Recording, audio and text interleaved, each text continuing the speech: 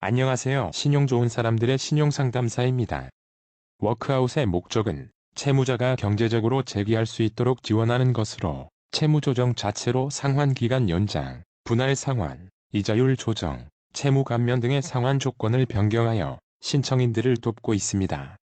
워크아웃은 신청을 하면 추심이 바로 정지가 되어 추심의 고통을 겪고 있는 채무자들에게 큰 도움이 됩니다.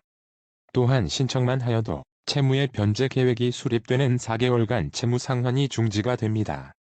그러나 이러한 점을 악용하는 사례들도 많이 발생을 하고 있습니다. 이를 방지하는데 신보기에서 여러 방법을 적용 중이고 예납금도 이 중에 하나입니다.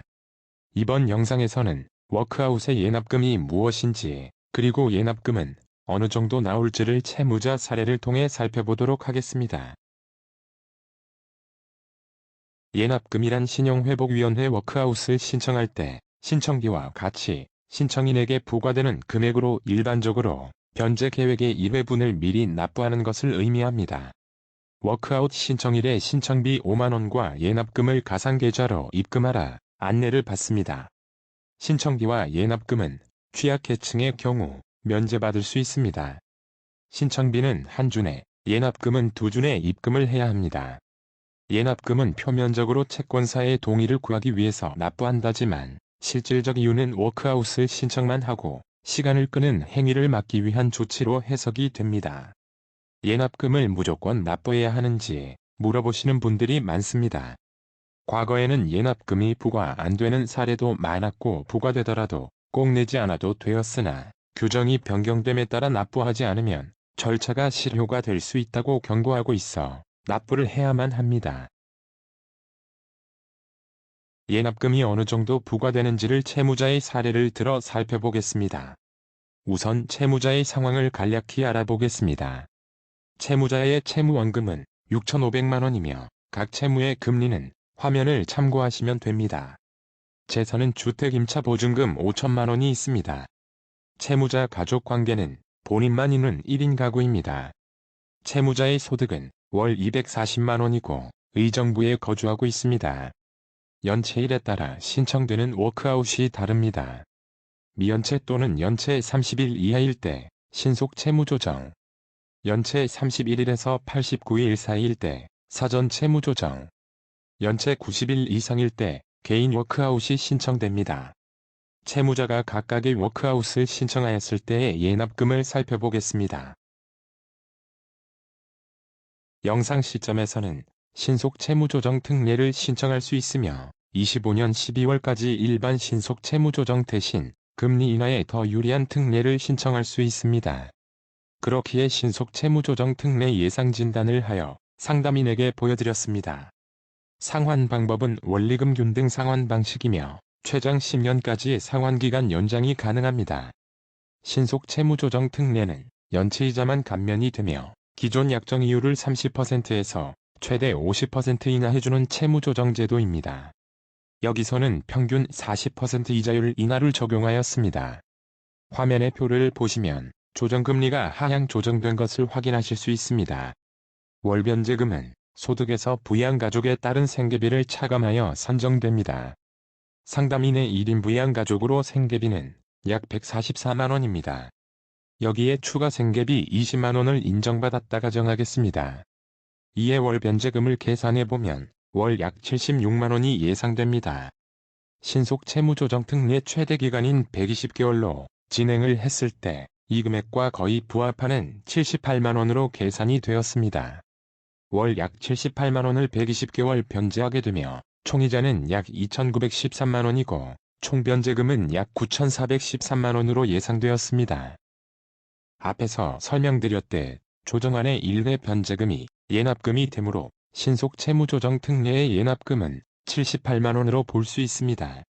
그러나 신속 채무조정에서는 첫 6개월은 이자만 납부하는 상환유예 기간을 부여합니다. 그리고 신속 채무조정 특례에서는 상환유예 기간에 부여되는 금리는 3.25%입니다. 6,500만 원을 3.25%로 이자만 납부하는 상환유예 기간에는 약 18만 원이 부과됩니다. 따라서 예납금은 18만 원이 될 것입니다. 그러나 경우에 따라 원리금 납부액인 78만원이 예납금이 될 수도 있습니다.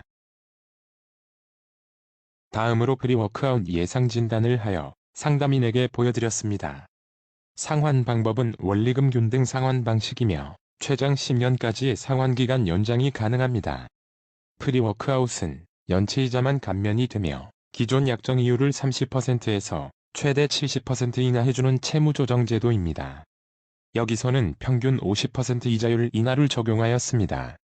화면의 표를 보시면 조정금리가 하향 조정된 것을 확인하실 수 있습니다.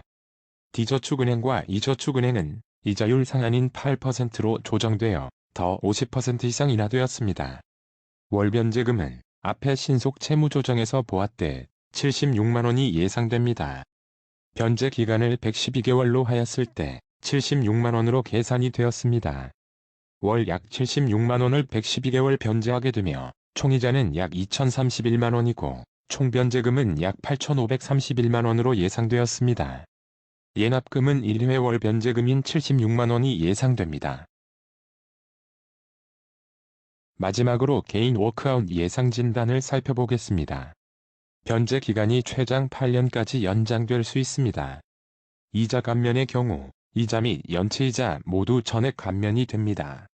원금 감면을 보면 미상각 채무는 0에서 30%까지 감면이 가능하고 상각 채무에 대해서는 20에서 70%까지 감면이 가능합니다. 채무 상각을 간략히 설명드리면 채권사가 부실 채권을 회계적으로 손실로 처리하는 것을 의미합니다. 일반적으로 연체가 매우 오래되었거나 채무가 다른 채권사로 매각된 후 일정 기간이 지나면 상각 채무로 간주합니다.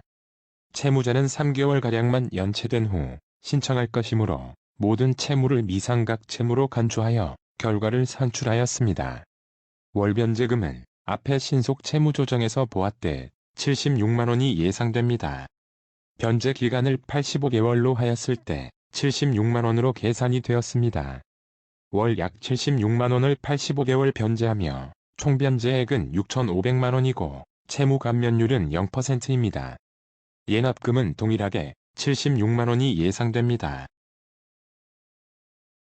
워크아웃 예납금에 대해 살펴보았습니다.